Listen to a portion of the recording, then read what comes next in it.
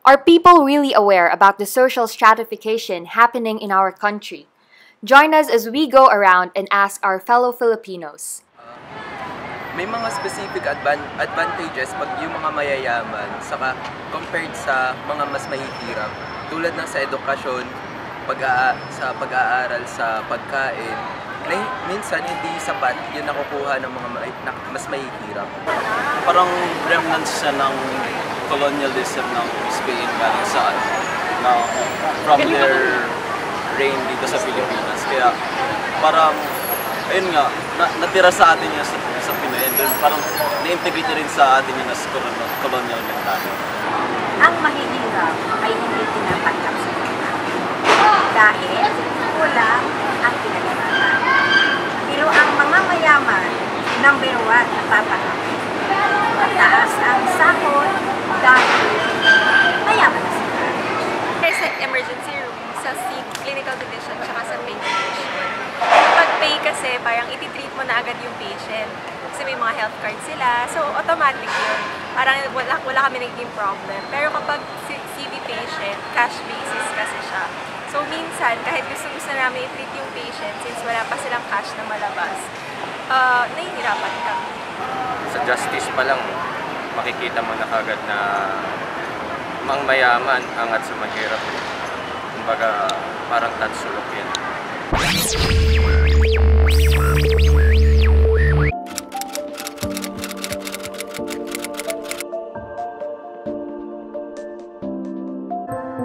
The division of people in society has been very prevalent in the recent years, and people have been classified according to their incomes and status in society.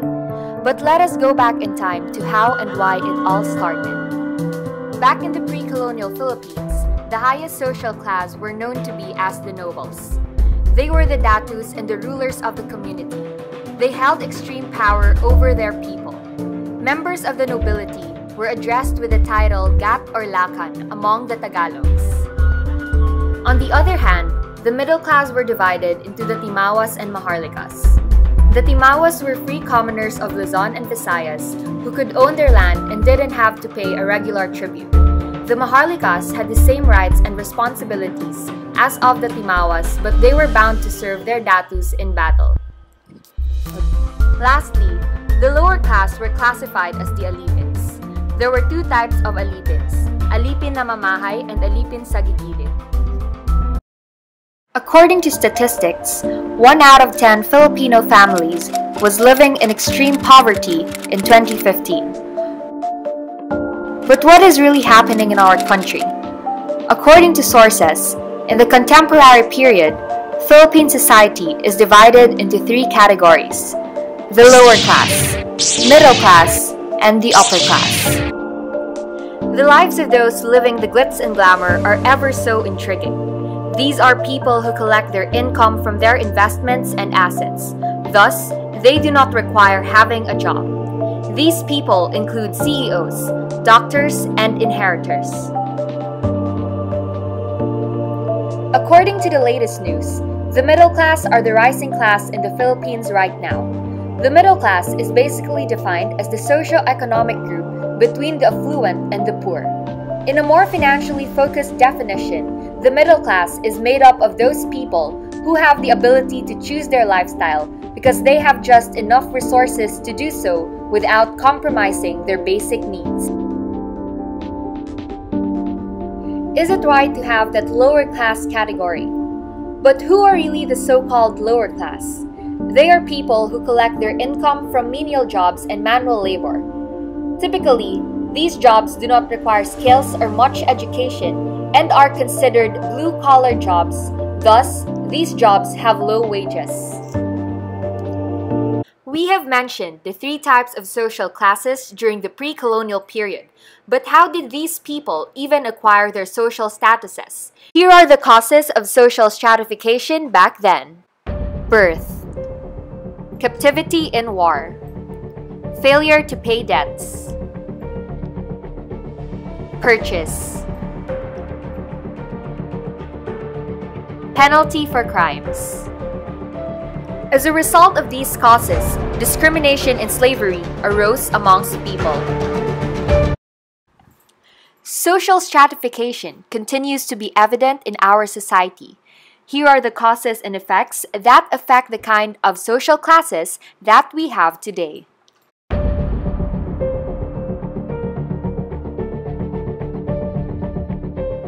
With the existence of such types of discrimination, several effects on the type of social classes in society emerged. Let us walk through other people's lives and go on this journey to see how social stratification affects the different classes of Filipinos.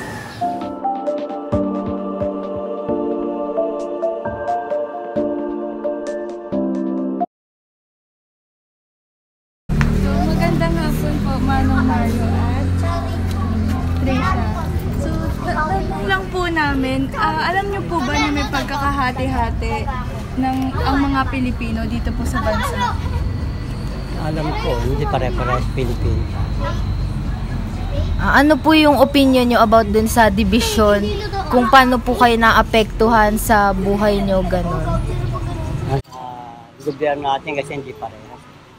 Ano lang nila, kung sino mayaman, hindi lang kawawa yung may hirap. Hindi pare-parehas, hindi patas.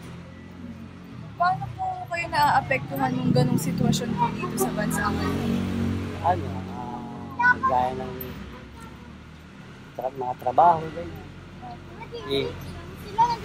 Gaya namin, hindi nakapagtapos, hindi makapasok ng trabaho. Yun lang ang problema. Pero kaya naman namin magtrabaho, kahit anong trabaho po. Ano yung trabaho mo ngayon? Vendor ako ng bibingka at saka puto bumili.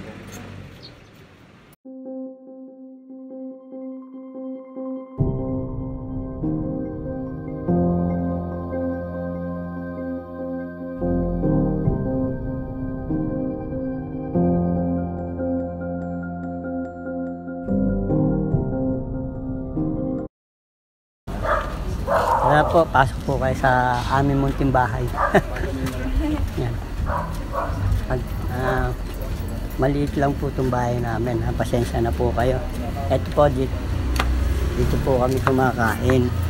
Tapos ito yung kwarto, taas. Ano lang to, interview.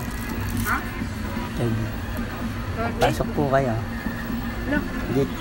Dito po kami kumakain. Tapos ito po yung kwarto. Taas.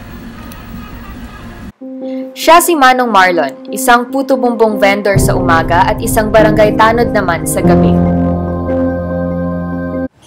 Let us move forward and unravel the way of living of Filipinos belonging in the middle class. Ms. Monica, good afternoon. Are you aware of what social stratification is? Yes, I do. And ano po yung opinion mo regarding sa social stratification, the division between the rich and the poor? For me, it's just a label of what society declares it to be. Because para sa akin kasi, it's a way of capitalists para lang ma-organize yung society. Like, they are putting people in their own places. Like, kung lower class ka, hanggang dito ka lang. Or kung upper class ka, it can be more, it can be much more na yung lower class, they cannot afford to reach you up there. Pero it depends on how people would perceive it kasi. Welcome sa bahay namin. So, pasok. Ayan. So, dito, pagpasok nyo, ito yung living room namin. So, dito kami nag-entertain ng mga guests. So, yan. And then, dito, yung piano area. So, kapag may time ako mag-relax, gano'n sa piano. Then, on the other side, is yung dining area. So, dito kami kumakain. Usually, pag marami kami, dito kami kumakain. And then, rooms upstairs. Then, ito, mini kitchen. Tsaka, mini dining, entertainment set namin.